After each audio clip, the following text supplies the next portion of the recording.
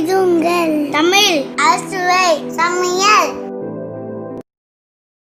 எங்களோட சேனல் உங்களுக்கு பிடிச்சிருந்ததுன்னா சப்ஸ்கிரைப் பண்ணுங்கள், பக்கத்தில் உள்ள பெல் பட்டனை கிளிக் பண்ணுங்கள். நன்றி.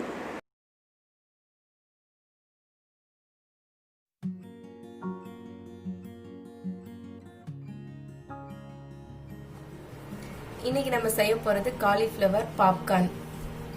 அதுக்கு நான் ஃபஸ்ட்டு தண்ணீர் எல்லாம் கொதிக்க வச்சுட்டேன். அது தேவையான காலிஃப்ளவரை போட்டுக்கலாம். போட்டுட்டு லைட்டாக மஞ்சள் ஆட் பண்ணிக்கலாம். ஒரு 2 நிமிஷம் கொதிக்கட்டும்.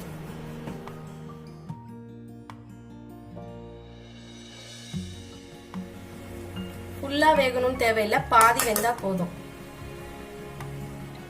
வெந்துடுச்சு. இப்போ இதை வடிகட்டி கொஞ்சம் நேரம் ஆற விடலாம்.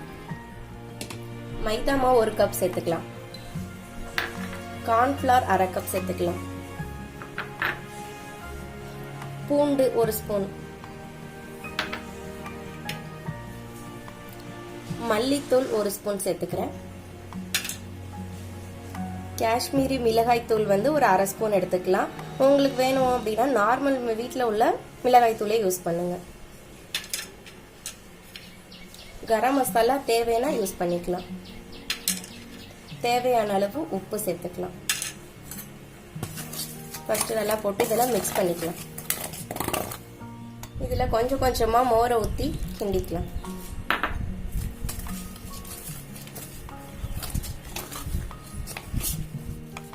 இப்போ கொஞ்சமாக தேவையான அளவு நம்ம தண்ணி ஊற்றி மாவு பதத்துக்கு கொண்டு வந்துக்கலாம்.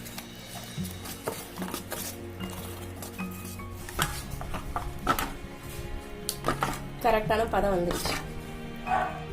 இப்போ இதில் நம்ம காலிஃப்ளவரை சேர்த்துக்கலாம். மிக்ஸ் பண்ணிக்கலாம் நல்லா.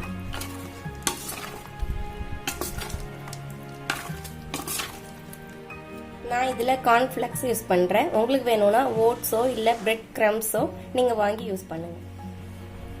இப்போ மிக்ஸ் பண்ணி வச்ச காலிஃப்ளவர் எடுத்து இதில் போட்டு பரட்டி எடுத்துக்கலாம். ஒரு 1/4 மணி நேரம் ஃப்ரிட்ஜில் வச்சிடலாம். அடுத்து இதை நம்ம 1/4 மணி நேரம் ஃப்ரிட்ஜில் வைக்கலாம். நல்லா எண்ணெய் சூடு வந்துடுச்சு. இப்போ நம்ம ஃப்ரிட்ஜ்லேருந்து எடுத்த இதை போட்டுடலாம் எண்ணெயில்.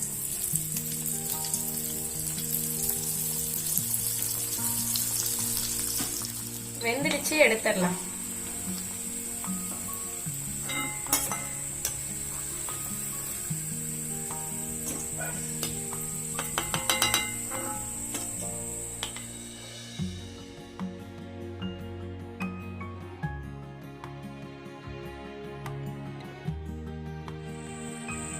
Cauliflower popcorn ready. இது உங்களுக்கு பிடிச்சிருந்ததுன்னா லைக் பண்ணுங்க, ஷேர் பண்ணுங்க, சப்ஸ்கிரைப் பண்ணுங்க.